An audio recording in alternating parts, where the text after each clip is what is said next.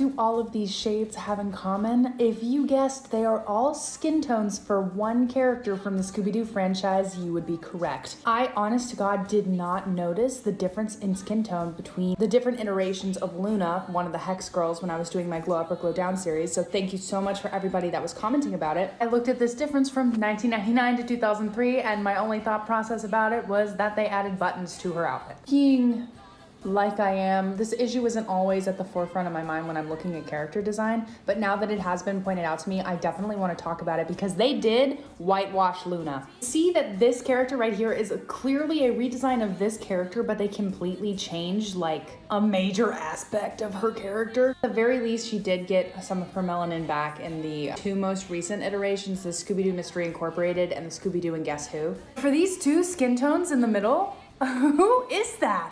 If we look at the shade that we started with, how did we immediately jump to these two? And these both came out in 2003. This came out in 1999. Just like the comment that I responded to says, like, representation is important for little girls, and to see a like goth person of color, a musician, be like an important figure in a Scooby-Doo movie, that must have meant a lot to a lot of people. And then to see it immediately erased. Immediately for several years. This is a mental note for me and a note for y'all to always stay like critical of character redesigns to make sure that we're not making any backwards progress. In the year 2022, is it fair to judge someone for being a Republican? Yes, absolutely. 100% yes. People love to say, oh, you can't judge someone or dislike them just because they have different political beliefs than you. And that's all fine and dandy until you ask them what those differing political beliefs are. If you had a friend who wanted to ban free school lunches, defund the Department of Education and teach a new form of history that made them look better, wanted to make life worse for anyone who isn't a straight, white, Christian, cis male, was openly homophobic, transphobic, racist, and sexist, outright ignores climate change for profit, wanted to start wars in other countries and kill millions of people because they have oil, wanted to take away women's bodily autonomy, wants to make it legal to not serve gay people if you don't like them. They love to claim they're pro-life until after the child is born, because then they vote against the education system, free school lunches, after-school programs, and consistently vote to make minors' working hours longer. Then they support meaningless oil wars to throw more American lives away. At that point, they might as well be pro-birth. And most of their friends/supporters happen to be from racist organizations like the KKK. If you knew all of this, would you still try and be that person's friends or be friends with anyone who supports that person? Probably not. Then I see conservatives go and stitch videos like mine and say, oh, the left is the real oppressors because they don't like us conservatives. I know a lot of Republicans who would be friends with liberals, but you liberals hate us. I can't believe you. Then they want to throw a pouting fit because people don't want to be friends with them. I'm Heister, man. Follow for more. I'm out. So, a landlord in Chicago broke into an apartment and attacked a mother and her son because they were Muslim, and killed this 8-year-old boy and seriously injured his mother. His name is Wadea Al-Fayumi, and he is the first victim of the American media this week, but he is not the last. The Islamophobic rhetoric being peddled by mainstream media is leading to stochastic terrorism, and it is not terrorism committed by Muslim people or radical Islamic extremists. It is terrorism committed against the Islamic community.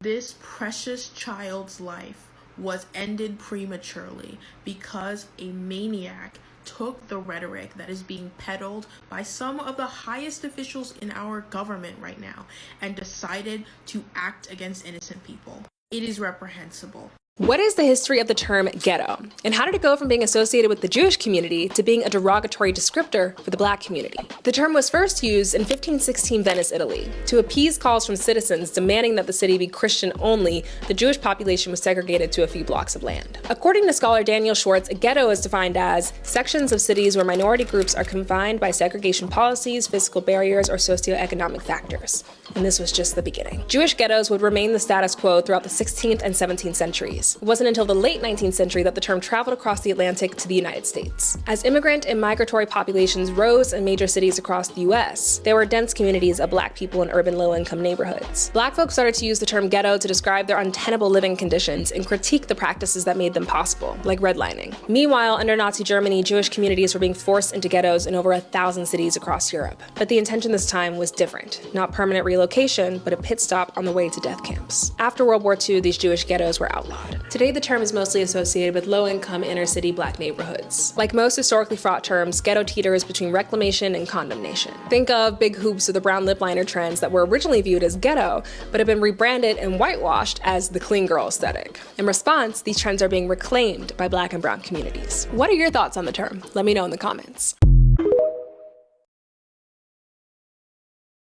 With the help of the Almighty, my name is Rabbi Yisrael David Weiss from the Turek International Jews United Against Zionism. I am speaking here from New York in the voice of my brothers and sisters in Al-Quds, in Jerusalem, who are suffering under the occupation, the Nakba, and we are crying and hurting with the detainees who are having a hunger strike presently in the prison camps of the illegal occupation, the Zionist state of Israel. From day one, our rabbis have opposed the existence of the state. From day one, we have pleaded with the United Nations that the Torah forbids us a state. From day one until today, we have thousands and hundreds of thousands demonstrating in Jerusalem and New York, and we are being murdered, we are being attacked, and we are being arrested in the Holy Land. We are being held as criminals because we oppose the existence. We cry and hurt for the suffering of the Palestinian people. Inshallah, God should bring a speedy end to the occupation in its entirety and a free Palestine. Assalamu alaikum. Let's stay off social media for the rest of the weekend, checking in when we need to. No, this isn't the time to take breaks from social media. We already get breaks. You know what? Let me speak for myself. I already get mental health breaks every single day. I get breaks from having to witness the genocide, the ethnic cleansing, some of the most atrocious war crimes our generation has been able to see and experience live on our screens. I naturally get a break every single time I leave the house and I go to basketball practice. Every single time I go to the gym. Every time I sit down after a long day and I watch Netflix to unwind. Every time I lay my head to rest and I sleep soundly throughout the entire night, no interruptions. For a hell of a lot of us, our breaks from witnessing this genocide are naturally baked into the very fabric of our lifestyles, baked into the privilege we have of living in countries where we don't have to wake up every day in fear of being bombed. So for me to intentionally see this content on my screen and decide to look away because it's getting a little too hard, to look away because it's a little too uncomfortable now, it's getting worse and worse, and it's a little much, that is me actively turning my back on the people that we have been turning our backs on for decades. What is happening right now isn't new. Take a moment to evaluate how you live.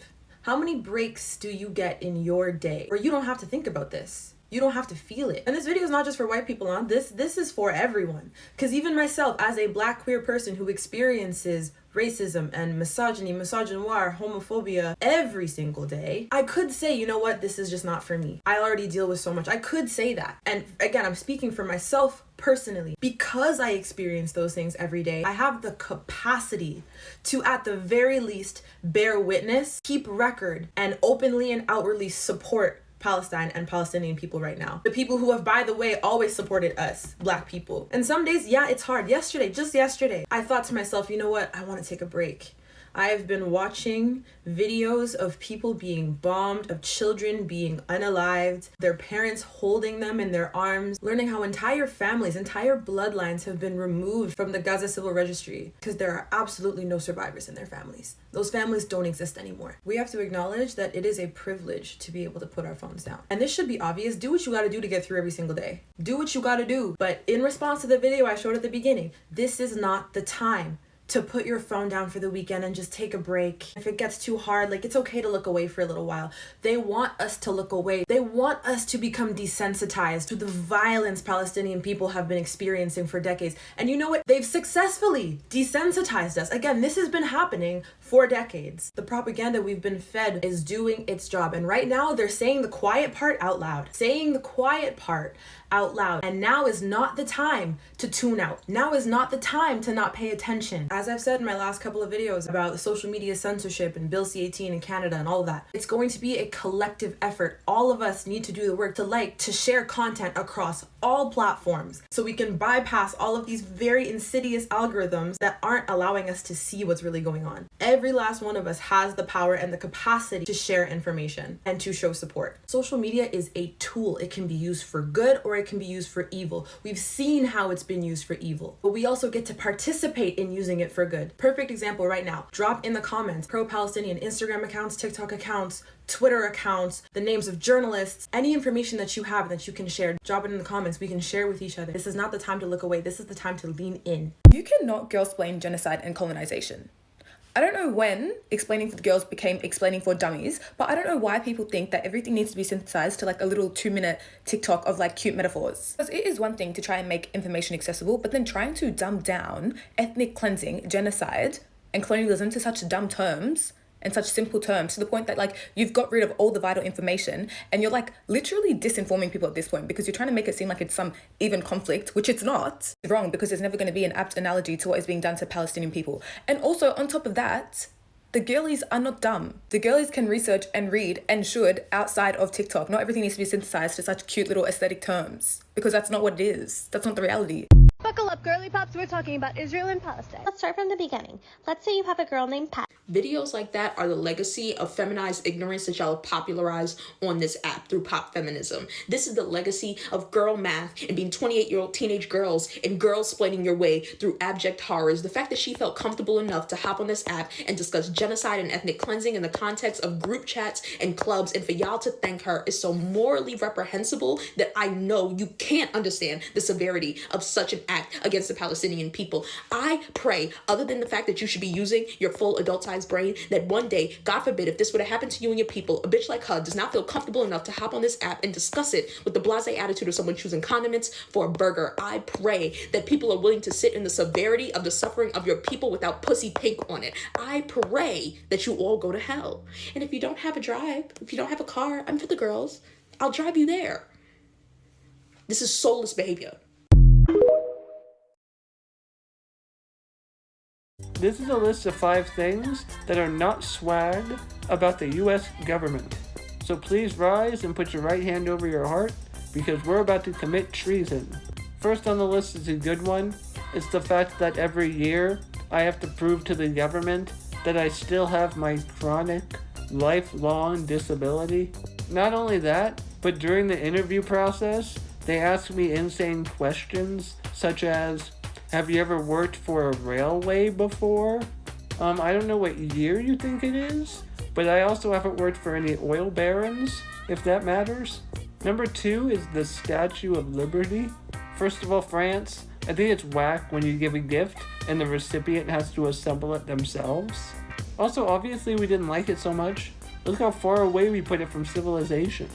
Number 3 is that in order to keep my benefits and all of my nurses, I can't have more than $2,000 at any given time. They literally make it impossible to save for anything. Luckily, they're currently in the process of changing this rule, thank goodness. But the fact is, there's a million other rules like this that make it impossible for people with disabilities to save money and build for the future. And that needs to change too. Number 4 on the list, we've got Mount Rushmore. If I was Abraham Lincoln, the first thing I would do is not go to the movies anymore. But the second thing I would do is ask, why did they put me so far away from my 3 friends?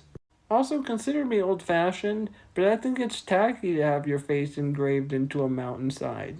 Last but not least, not only does the government put limits on what I can make, but now that I'm getting married to my beautiful, beautiful fiance, she has limits on what she can make because it will affect me.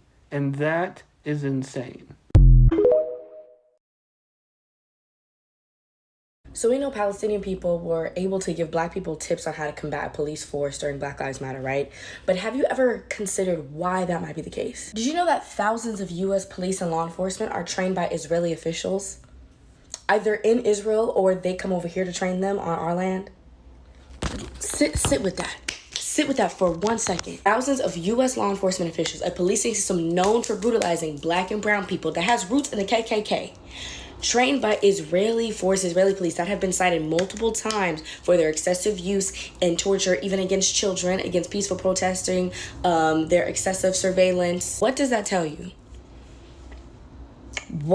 Please think about it. Turn it on. What does that tell you? One of the biggest social movements in this century, Black Lives Matter, about a policing system in a white supremacist, Western imperialistic country known for unjustly killing and disenfranchising black people, an oppressed group in said country, being trained by forces over here that are currently disenfranchising an entire group of people, right? Murdering them, sexually assaulting them, cutting off supplies, food, electricity. Not only the people that they're occupying and oppressing, dealing with violence, no, the citizens of that country where those forces exist, right? The Israeli forces, also now dealing with violence. And because of their actions, right, Zionistic actions, you've got a group of people that have historically been marginalized, Jewish people, that being conflated with that. And that's harming them now. And then going back 70 plus years, the way that the state of Israel was even created was due to Western imperialistic forces butting their way in, drafting agreements for groups that neither of them were part of because they occupied that land during a world war. And then on top of all this, if you say you don't stand with this, you don't stand with Israel, you don't stand with occupation, you are at risk for losing your job, security, safety. Are you seeing the through line of white supremacist, Western imperialistic influence? Are you connecting the dots? Are you seeing where the power imbalance lies? And if you are seeing it, what does this tell you?